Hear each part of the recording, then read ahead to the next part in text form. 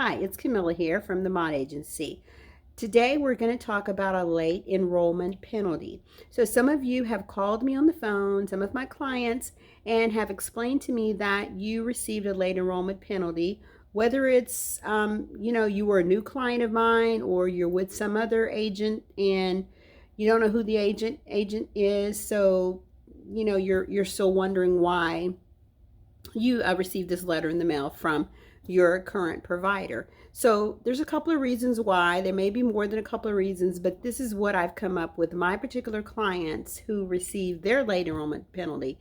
So number one of the reasons that you could have received a letter in the mail is because when you signed up for Medicare, you signed up for Parts A, there's a Part B, a Part C, and there's also a Part D. So when you signed up for Part B, you didn't have coverage for your prescription drug plan, right? So Medicare covers numerous things, but they don't cover everything. There's a gap, right? And that's why you get either a supplement or Medicare Advantage for the gaps in between. So there was a gap in between saying if you got B, but you didn't have a prescription drug plan, which is Part D, then that gap is the time that you're going to owe a late enrollment penalty. And a lot of you guys don't realize it, and you receive phone calls from people that you don't know and agents that you've never talked to, don't know, but somehow talked you into getting on this plan, but they didn't explain this to you.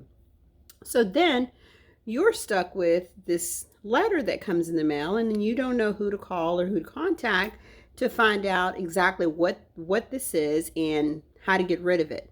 So again, you didn't have Part D coverage, which is D for dog, for your prescription drug plan, okay? And so you receive the letter, you have to pay, or you have to explain, give an attestation to, yes, I did have credible coverage, and we're going to talk about credible coverage in another video, but not this one. You did not have credible coverage, or you did have credible coverage during the time frame that they put in the letter, and there should be a time frame listed there, right?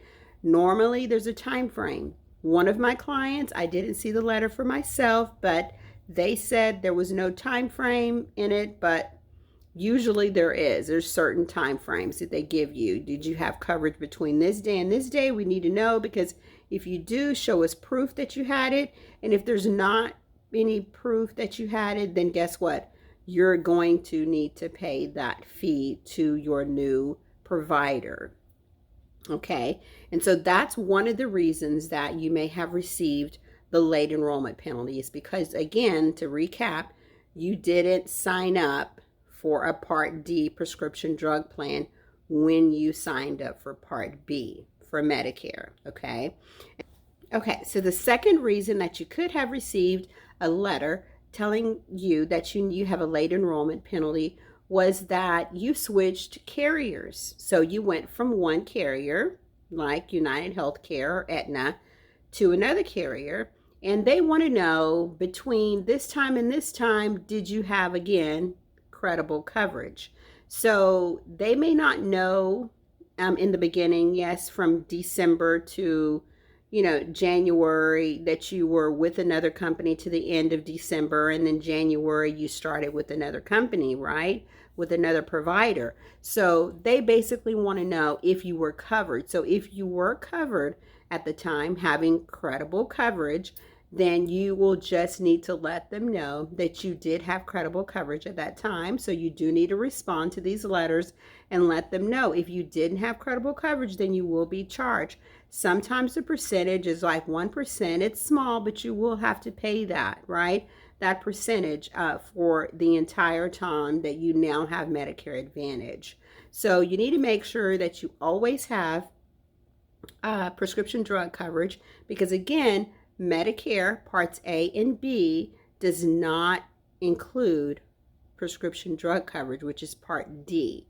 So you have to get your prescription drug coverage on the side, whether you get a prescription drug plan, which is called a PDP plan, on the side or whatever, but you have to have some kind of coverage, right, for the gaps that Medicare does not cover certain things.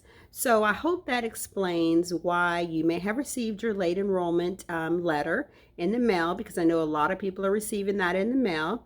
And this is right after annual enrollment, right? And so that's why you're receiving the letter in the mail. So if you have any questions, let us know. If you need a new agent and you can't get a hold of your agent, I'm more than welcome to help you out. We're embarking on open enrollment right now, so I'd love to be your agent and help you out at themodAgency.com. And I really thank you guys for taking time to watch our YouTube videos.